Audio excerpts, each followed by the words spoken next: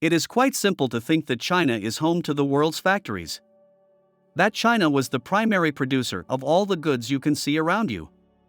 This is partially true, but the genuine manufacturing for goods used in the United States is located south of the border. Yes, Mexico has replaced American factories as the country's new manufacturing hub. To give you an idea, the United States is the final destination of over 80% of all Mexican exports. Here, complicated objects like cars and, more significantly, electronics are being discussed rather than things like food or natural resources. Yes, Mexico is among the most significant allies of the United States when it comes to the manufacture of electronics. As a result, the relationship between the United States and Mexico is among the most crucial in the entire globe. The American economy and society would essentially collapse if Mexico decided to stop sending goods to the United States. And this is where the devil is in the details. The truth is that a wall would harm the US more than Mexico, despite the fact that the US threatens to build one and denigrates it in public. In this video, we'll examine why Mexico has replaced China as the nation's primary manufacturing hub and why it may eventually replace China as the global manufacturing hub.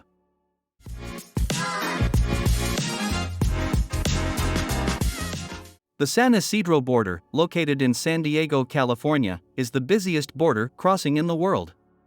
At this location, over 200,000 people pass daily and more than 50 million do so annually. One of the cities in Latin America with the highest population growth is Tijuana, which is located on the other side of the border. And we need to examine Tijuana's past in order to comprehend why Mexico serves as the US's factory. Only 100 years ago, there were less than 50 families residing in Tijuana, which was a completely isolated ranch. In actuality, the ranch known as Juana, which covered the area that is now the city, gave rise to the name Tijuana. Additionally, due to its distance from Mexico City, the Tijuana region saw more trade with the United States. At that time, hotels and tourist attractions arose, primarily catering to the affluent of California during the Prohibition era. However, Tijuana didn't become a real city until the 1950s, when it started hiring local Mexicans to work mostly in the tourism industry. The Tijuana region and numerous other border cities, however, started to experience economic activity for export purposes in the 1970s. Remember that around this time, corporate globalization was beginning, and American businessmen started shifting their production to places like China, Japan, and subsequently Korea due to the availability of inexpensive labor. But there was another location, namely Tijuana in Mexico, that provided such inexpensive labor and was so close to the United States. These maquiladoras quickly advanced, started producing goods like air conditioners, televisions, and radios, and eventually transformed into hubs for the automotive sector. Maquiladoras are the names given to these factories. Simply described, a maquiladora was a Mexican business that profited from the United States and Mexico's free trade accords. To construct goods for export to the US, these businesses used low-cost labor and imported raw materials. The US factory in Mexico was founded here, revolutionizing northern Mexico. To give you an idea of the boom that these border towns saw, consider the city of Tijuana, which went from having 50,000 residents in 1950 to 1 million in 2000 and more than 2 million now. Additionally, Ciudad Juarez and Nuevo Laredo witnessed a similar population increase. Both American business owners who could cut their manufacturing costs and Mexican maquiladora owners benefited greatly from this production along the border. And today, the United States' economic reliance on these factories is essential. On the other hand, China unquestionably became the world's factory. Every product we import comes from China in some way. The American manufacturing, however, is currently located in Mexico. Here you will see that almost 80% of all Mexican exports go directly to the United States, and this makes Mexico the most important trading partner for the United States. Here you will see everything Mexico exports to the United States. The vast majority of exports are electronics. It turns out that Mexico is the second largest exporter to the United States of electronics such as computers and televisions. But the second largest group that Mexico exports is automobiles. It turns out that Mexico is home to the largest automotive market in the entire Americas. From trucks to cars, everything is exported from this country and sent directly to the US. And it is this that genuinely sets Mexico apart from the rest of Latin America. Natural resources are exported to the United States by the great majority of Latin American nations. However, Mexico today sends the most vital products for American civilization, including technology and cars, to the United States. The United States would be in major danger if Mexico were to stop selling these items to the country for some reason. However, the two governments preserve cordial ties despite realizing that their dependence is reciprocal. The Mexican government benefits from the revenue that these businesses generate as well as the economic growth that these businesses bring to the northern regions. Keep in mind that Americans must pay in dollars each time they import goods from Mexico. This explains Mexico's rapid economic development over the past few decades as well as why the Mexican peso has been strong lately. Because these factories remain in Mexico, all the knowledge and industrial infrastructure also remain there. Gradually, Mexico will be able to sell these goods not just to the US, but also to the rest of Latin America and Europe. Since both nations stand to gain much from this arrangement, they opt to maintain a cordial relationship. In fact, the friendship and trust between the two countries are so strong that the US wants to deepen it. If you are enjoying this video and want to be aware of new videos, subscribe to this channel and turn on notifications. The Asian superpower China followed the same path as Mexico did. That is to say, the factories initially produced basic items like clothing, footwear, and toys. However, today's Chinese manufacturers produce everything from telephones to electric car components to medical equipment, which has alarmed the majority of international governments. Yes, countries realized their reliance on China posed a social concern during the pandemic. There was a severe lack of medical supplies at the start of the epidemic, including the drugs needed to prevent COVID. This unexpectedly hit all of us.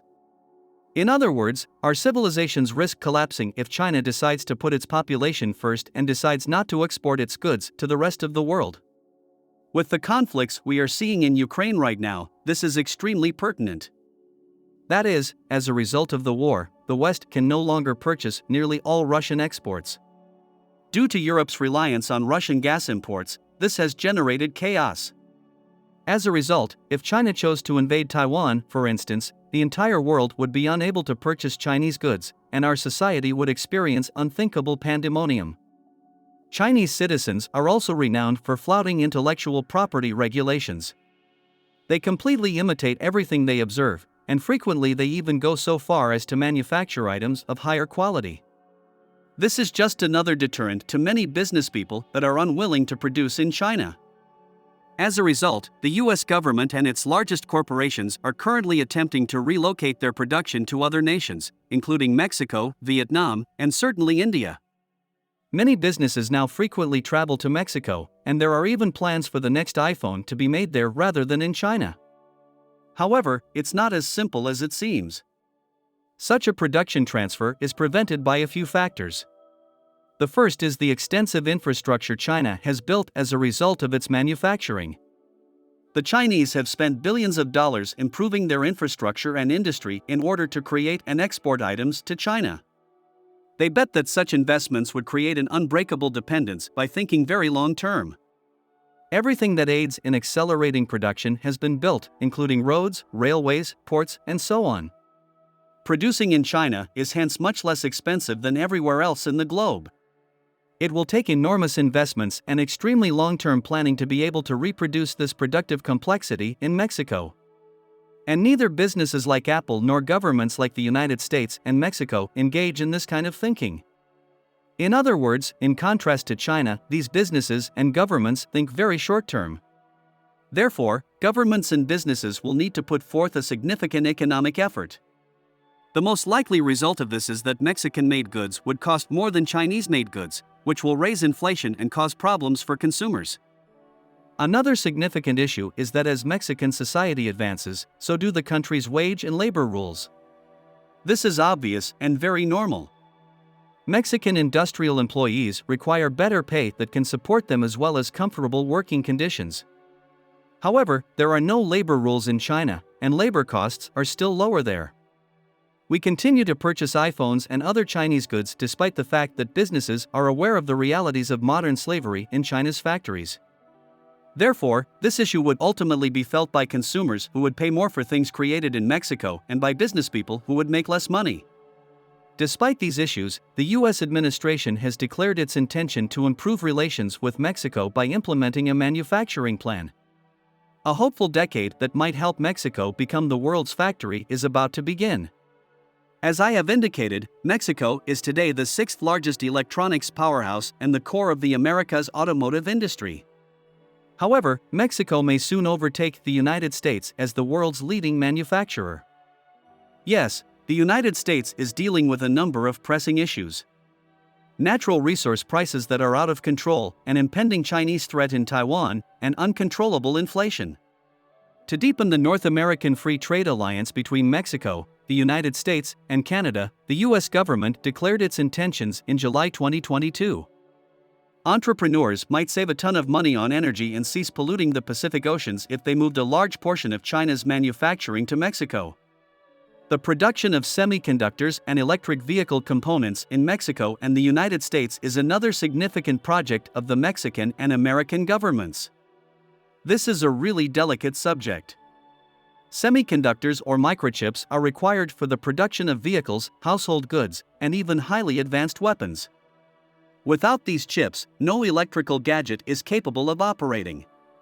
As a result, these chips are the most crucial component in practically every electronic product we use today.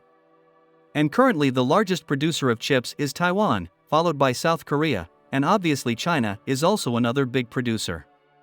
Now that China has ambitions to annex Taiwan, this would generate tremendous risk and dependence on China. Therefore, having chip production in North America is in both Mexico's and the United States' best interests. And that is the significant undertaking that the American and Mexican governments intend to carry out during the coming few years. According to the plan, the most crucial components, including semiconductors and parts for electric automobiles, will be produced in Mexico, with priority given to exporting the finished product to the United States. Due to this, Mexico has a fantastic opportunity to emerge as the next industrial powerhouse. The most vital components for electronics and autos would be made in Mexico, which could not be the next China. It is clear that Mexico will benefit economically much from this. According to a Bank of America estimate, Mexico is ready to seize an economic opportunity of a lifetime. Thanks to these developments, Mexico's economy might expand continuously over the next 10 years and become a highly developed one. However, Mexico will confront significant difficulties due to corruption and violence. Mexico has a major corruption issue, as I discussed in a prior video. Mexico is now ranked 124th out of 180 countries in the Transparency International list of least corrupt nations. The corruption has a significant negative influence on the Mexican economy, reducing its GDP by 5%. Mexico is also dealing with a serious epidemic of violence, which costs the country 20% of its whole economy. This brings me to my next question. Do you believe Mexico will be able to defeat China and claim the title of World Factory? Post your thoughts in the comments section.